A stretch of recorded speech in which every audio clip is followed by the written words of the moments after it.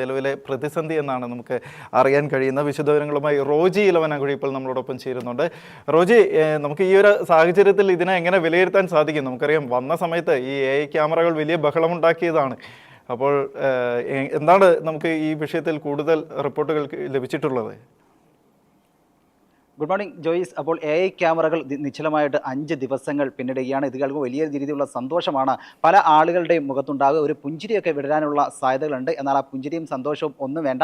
അത് പറഞ്ഞു തീരുമ്പോൾ എന്തുകൊണ്ടാണ് അങ്ങനെ പറഞ്ഞത് എന്ന് മനസ്സിലാകും. അതായത് ഈ കഴിഞ്ഞ 5 ദിവസമായിട്ട് സംസ്ഥാനത്തെ റോഡുകളിലെ AI ക്യാമറകളെല്ലാം തന്നെ കണ്ണ് തുറന്നിരിക്കുകയാണ്, പക്ഷേ കണ്ണ് അടച്ചിരിക്കുകയാണ് എന്ന് തന്നെ നമുക്ക് പറയാനായിട്ട് കഴിയും. അതായത് ഈ AI ക്യാമറകളുടെ പരിപാലനവും മറ്റുള്ള കാര്യങ്ങളും ഏറ്റെടുത്തിരുന്നത് കെൽട്രോൺ ആണ്. എന്നാൽ കെൽട്രോണിന് 90 കോടി രൂപയോളം 90 കോടിയിലധികം രൂപയാണ് ഇപ്പോൾ MVDയും സർക്കാരും നൽകാൻ ഉള്ളത്. അതുകൊണ്ട് തന്നെ ഇന്റർനെറ്റ് സേവനദാതാക്കളായ ജിയോയ്ക്ക് പണം നൽകുന്നതിനായിട്ട് കെൽട്രോണിന് സാധിക്കാതെ വന്നു. ഇതിനെ തുടർന്ന് ജിയോ പണിമുടക്കി. ഞങ്ങൾക്ക് പൈസ തരുന്നില്ലെങ്കിൽ ഞങ്ങൾ ഇന്റർനെറ്റ് നൽകുന്നില്ല എന്ന രീതിയിലേക്ക് അവർ പോവുകയും കഴിഞ്ഞ ഒരു മാസത്തിലധികമായി ഇന്റർനെറ്റ് വിച്ഛേദിക്കുകയും ചെയ്തു. ഇതുകൊണ്ട് തന്നെ AI ക്യാമറകളിലേക്കുള്ള ഇന്റർനെറ്റ് വിച്ഛേദിച്ചതിനാൽ AI ക്യാമറകളിൽ നിന്നുള്ള ദൃശ്യങ്ങൾ MVDക്ക് മോട്ടോർ വാഹന ഡിപ്പാർട്ട്മെന്റിലേക്ക് ലഭിക്കുന്നില്ല എന്നുള്ളതാണ് പ്രധാനപ്പെട്ട ഒരു കാരണം. എന്നാൽ വരുന്ന ദിവസങ്ങളിൽ, അതായത് ജൂൺ പകുതിയോടുകൂടി തന്നെ ഈ ഇന്റർനെറ്റ് സേവനം നൽകുകയും തുടർന്നും ഈ പ്രവർത്തനം നടക്കുകയും ചെയ്യും. ഇപ്പോൾ സംഭവിക്കാൻ പോകുന്ന ഒരു കാര്യം, പലപ്പോഴും പല ആളുകളും ഇപ്പോൾ ക്യാമറകൾ ഓൺ അല്ലല്ലോ, കണ്ണടച്ചിരിക്കുകയാണല്ലോ എന്ന് കരുതി നിരത്തുകളിൽ പല രീതിയിലുള്ള ശ്രദ്ധ ഇല്ലാതെ പോവുകയും അതുപോലെ നിയമം ലംഘിക്കുന്ന കാര്യങ്ങളൊക്കെ നടക്കാനുള്ള സാധ്യതയുണ്ട്. എന്നാൽ അങ്ങനെയല്ല, ക്യാമറകളിൽ നിന്നും ദൃശ്യങ്ങൾ MVDക്ക് ലഭിക്കുന്നില്ല. അതുകൊണ്ട് തന്നെ ഈ ചലാൻ അയക്കാൻ കഴിയുന്നില്ല എന്നുള്ളത് മാത്രമാണ് ഇപ്പോൾ പ്രതിസന്ധിയായിട്ട് ഉള്ളത്. അതായത് റോഡിലൂടെ നടക്കുന്ന എല്ലാ കാര്യങ്ങളും തന്നെ ക്യാമറ ഒപ്പിയെടുക്കുന്നുണ്ട്. അത് ഒരു സെർവറിലേക്ക് സേവ് ചെയ്യുകയും ചെയ്യുന്നുണ്ട്. എന്നാൽ ഇൻ്റർനെറ്റ് ഇല്ലാത്തത് കൊണ്ട് മാത്രമാണ് ഇപ്പോൾ MVDക്ക് ഈ ചലാൻ അയക്കാൻ വേണ്ടിയിട്ട് കഴിയാതെ പോകുന്നത്. പക്ഷേ ഇതെല്ലാം തന്നെ മുകളിലിരിക്കുന്ന ഒരാൾ കാണുന്നുണ്ട് എന്ന് പറയുന്ന പോലെ ക്യാമറകളെല്ലാം തന്നെ കാണുന്നുണ്ട്. പലപ്പോഴും നിരത്തുകൾ നിയമലംഘനം നടന്നു കഴിയുമ്പോൾ അത് ക്യാമറകളിൽ ഉണ്ട് എന്ന കാര്യവും എല്ലാവരും ശ്രദ്ധിക്കണം.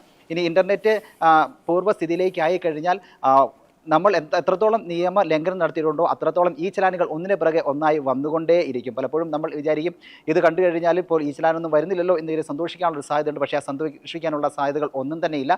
ജൂൺ 10 തന്നെ നിയമലംഘനം നടത്തിയവർക്ക് എതിരെ ഈ ചലാൻ വന്നുകൊണ്ടേ ഇരിക്കും എന്നുള്ളതാണ് പ്രധാനപ്പെട്ട ഒരു കാരണം. ഇപ്പോൾ ജിയോ മാത്രമാണ് ഇൻ്റർനെറ്റ് സേവനം നിർത്തലാക്കിയിരിക്കുന്നത്. അപ്പോൾ കഴിഞ്ഞ ഒരു മാസമായിട്ടാണ് ജിയോ നിർത്തലാക്കിയിട്ടുള്ളത്.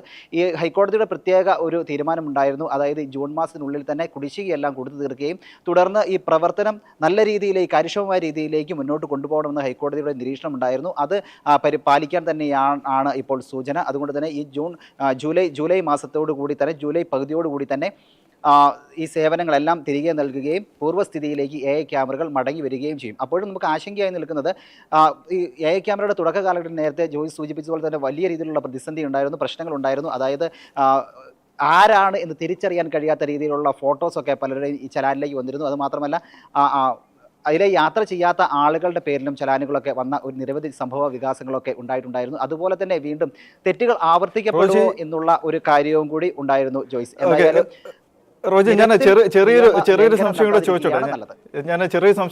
അതായത് ഈ AI ക്യാമറകൾ വഴി ഗവൺമെന്റിന് വലിയ വരുമാനം ലഭിക്കുന്നു എന്നുള്ളൊരു വാർത്ത കൂടി നമ്മൾ പലപ്പോഴായിട്ട് കേട്ടിട്ടുള്ളതാണ്.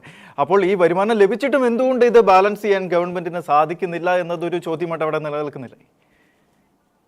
തീർച്ചയായിട്ടും ജോയ്സ്, അത് AI ക്യാമറകളിലൂടെ തന്നെ നിരവധി നിയമലംഘനങ്ങൾ കാണുകയും അത് വലിയ രീതിയിലുള്ള ഒരു വരുമാനം സർക്കാരിന് ഉണ്ടാവുകയും ചെയ്തിട്ടുണ്ട് എന്ന വാർത്തകളൊക്കെ ഇതിനോടകം തന്നെ വന്നിട്ടുണ്ടായിരുന്നു. പക്ഷേ കെൽട്രോണിന് നൽകാനുള്ളത് ഈ ചെറിയ തുകയൊന്നുമില്ല, കിട്ടുന്നതിൽ അധികമായ തുകയാണ് കെൽട്രോണിന് സർക്കാരും MVDയും നൽകാനുണ്ടായിരുന്നത്. അത് നമുക്ക് ഏകദേശം പറഞ്ഞു കഴിഞ്ഞാൽ 90 കോടിയിൽ അധികം രൂപയാണ് കെൽട്രോണിന് നൽകാനുണ്ടായിരുന്നത്. അപ്പോൾ ഈ 90 കോടിയിലധികം രൂപ എന്തായാലും നിയമ ലംഘനം നടത്തിയിരുന്ന് പിരിച്ച് എടുത്തിട്ടില്ല എന്നുള്ളത് തന്നെയാണ് പ്രധാനപ്പെട്ട ഒരു കാരണം. തുടക്കത്തിൽ വളരെ സജീവമായി തന്നെ ഉണ്ടായിരുന്നെങ്കിലും പിന്നീട് AI ക്യാമറകൾ പ്രവർത്തനം അത്ര വലിയ രീതിയിലേക്ക് പോകുന്നുണ്ടായിരുന്നില്ല. അതായത് ഒരുപാട് പ്രതിസന്ധികൾ ഉണ്ടായിരുന്നു, കാരണം ഒരുപാട് നെഗറ്റീവ്സ് ഉണ്ടായിരുന്നു. അതാണ് ഞാൻ നേരത്തെ സൂചിപ്പിച്ചതുപോലെ തന്നെ പല ആളുകളും ആ റോഡിലൂടെ യാത്ര ചെയ്തിട്ടുണ്ടാവില്ല. അവർക്ക് തന്നെ ഈ ചലാൻ വരികയും അതുപോലെ തന്നെ ഫോട്ടോയിൽ ക്ലാരിറ്റി ഇല്ലാതെ ഇരിക്കുകയും വണ്ടികളുടെ നമ്പറിൽ പോലും ക്ലാരിറ്റി ഇല്ലാതെ ഇരിക്കുകയൊക്കെ ചെയ്യുന്ന നിരവധി പ്രതിസന്ധികളുണ്ടായിരുന്നു. ഈ പ്രതിസന്ധികളെല്ലാം പരിഹരിച്ചതിന് ശേഷം വളരെ സൂക്ഷ്മമായിട്ടാണ് MVD ഈ പ്രവർത്തനത്തിലേക്ക് കടന്നത്. അതുകൊണ്ട് തന്നെ ഇത്രയും വലിയ ഒരു സംഖ്യ പിരിച്ചെടുക്കാൻ സാധിച്ചിട്ടില്ല എന്നുള്ളത് തന്നെയാണ് നമുക്ക് അനുമാനിക്കേണ്ടത്.